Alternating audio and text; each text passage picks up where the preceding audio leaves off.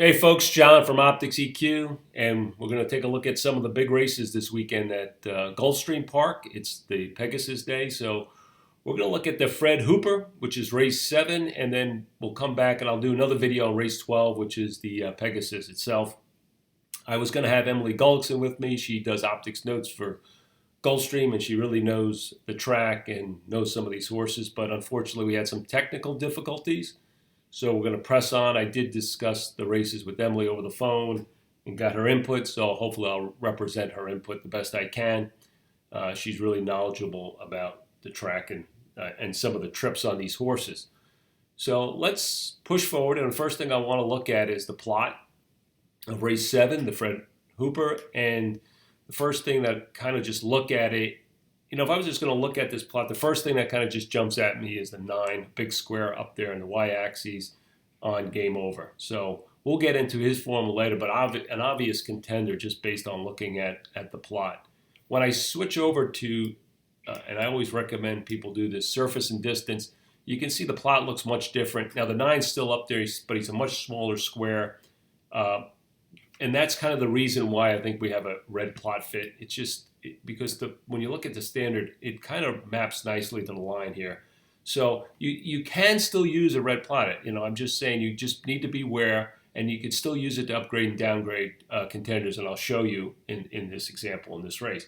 So let's start with the E horses. Those are horses that want the front. They want to be on the front, and those are the 3 and the 7. And you can see the 7 looks better on standard here, than the 3. I would, if I was just kind of looking at this race and just evaluating this, I would say the 7 would be better in this case than the 3. But when you flip over to surface and distance, you see they basically flip.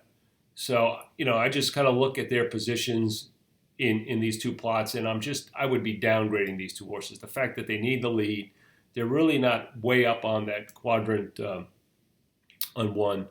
And, I kind of looked at some of their form and stuff. They're a little bit cheaper horses, so at least the 7 is. On the case of the 3, I just think from a pace perspective, he might be compromised in here. They're both going to have to go, and you can see when you hover over, you can see that 0 is, when they run their good races, they're 0 lengths behind, so that means they're on the lead. So that's important to note. So we just think both from a pace perspective and just looking at these two horses, to me they're downgrades. Moving on, I'm going to look at the 11 and the 2, Dreaming of Gold, and 8 Town.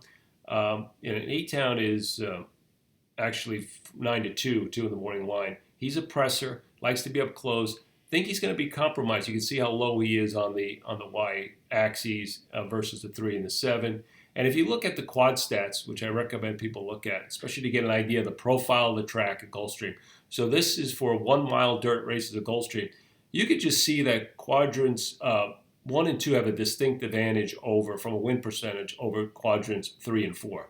In the case of the circles here, they only win 5.9% on standard, 6.6% on surface and distance.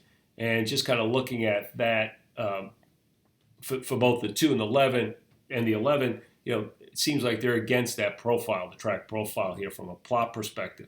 On the case of the 11, this horse is a presser closer too, so he just seems like he might be. If he was a little bit higher up here on the y-axis in a smaller circle, we might consider him. But just based on where he's at, we think the 2 and the 11 are both downgrades. The number 5 looks like he's going to sit a good trip, in terms of his plot. He can just kind of probably sit off some of these horses. So there's nothing negative about his plot. If you switch over to surface and distance, it changes a little bit. He's a little bit lower, but again, everyone else is too, so I wouldn't knock that. But he's kind of a neutral, so we'll go back and evaluate his form. So we'll consider him, and then we'll evaluate his form and how we want to kind of proceed. The off the pace horses, I think the one that kind of jumps out, at least on standard, is the 4 as a toss. Again, quad stat. If you look at standard, 3.8% for circles in quadrant 4. These are horses that have to come from off the pace and then kick. He is better on surface and distance, but again, it's so is everyone else. Everyone kind of moves up. The 6 and the 8 also move up.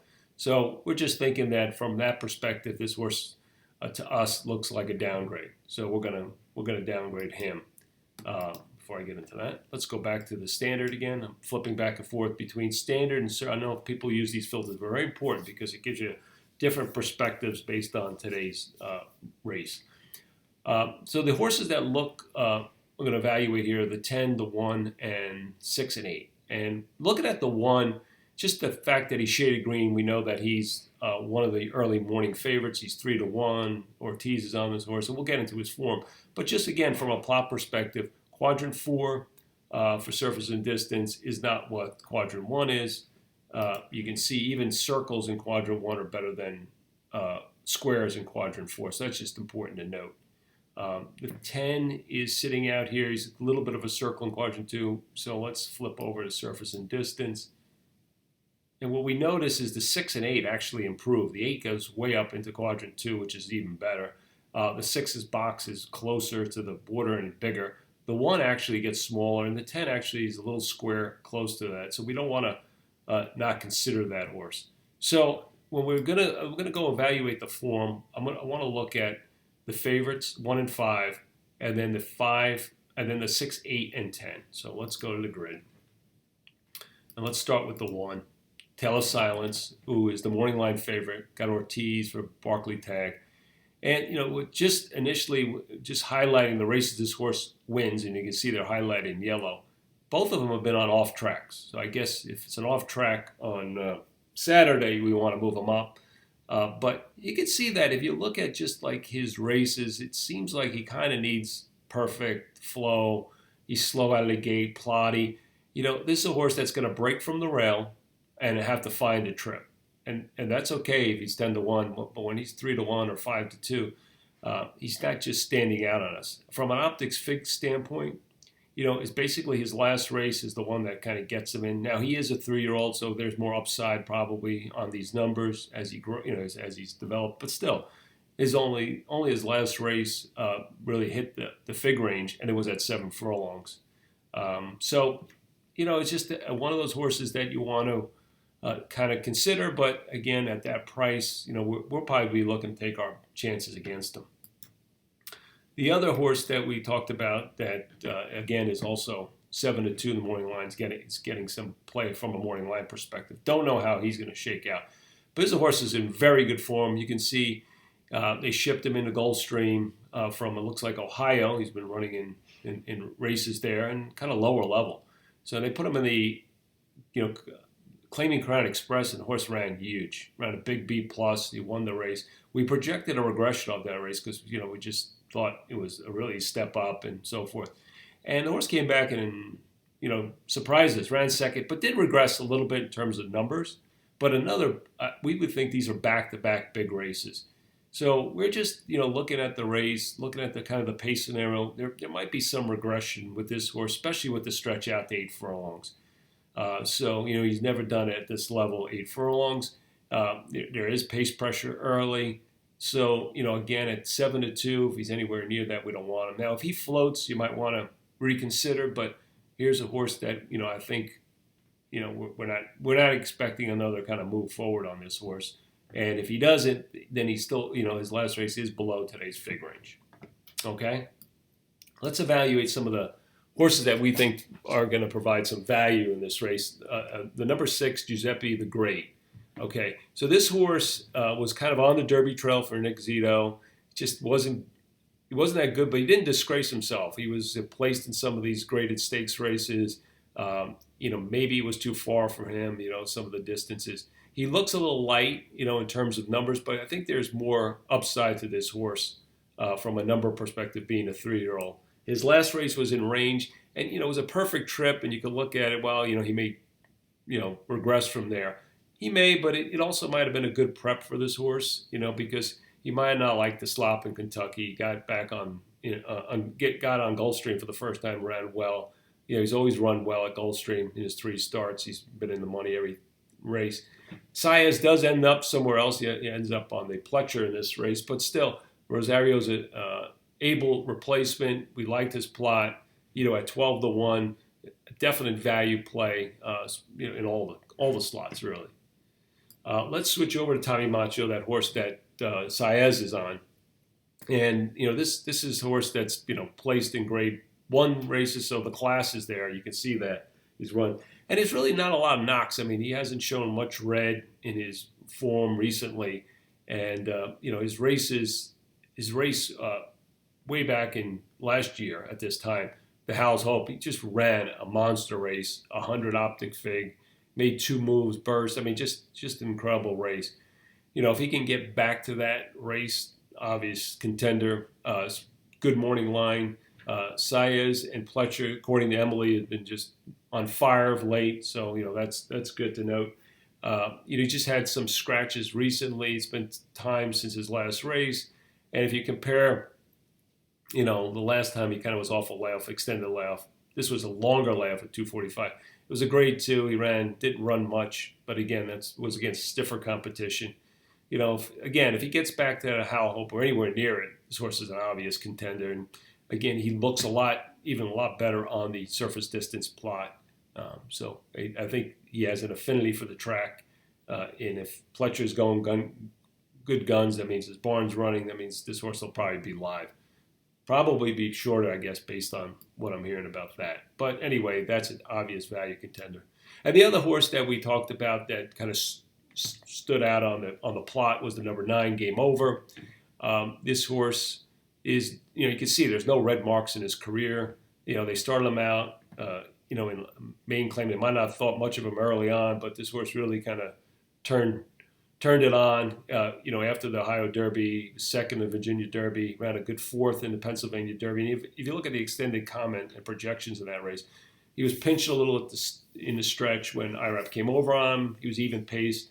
And we said he could be effective with grade 3 company, and we still think he's lightly racing, could have more upside. So his numbers are already in range. He's had some numbers that are already in today's OptixFig range, and we're projecting improvement. The only concern we have is he hasn't been around for 126 days. He was a vet scratch when they entered him in a race in November at Aqueduct. So, that's a concern. Emily tells me that this trainer is kind of sneaky, and I kind of, we know a little bit about this guy. He's been in kind of the public eye recently, Navarro. So he's capable, and we think he'll have the horse ready. I did look at the workouts, just the raw workouts, and I clicked.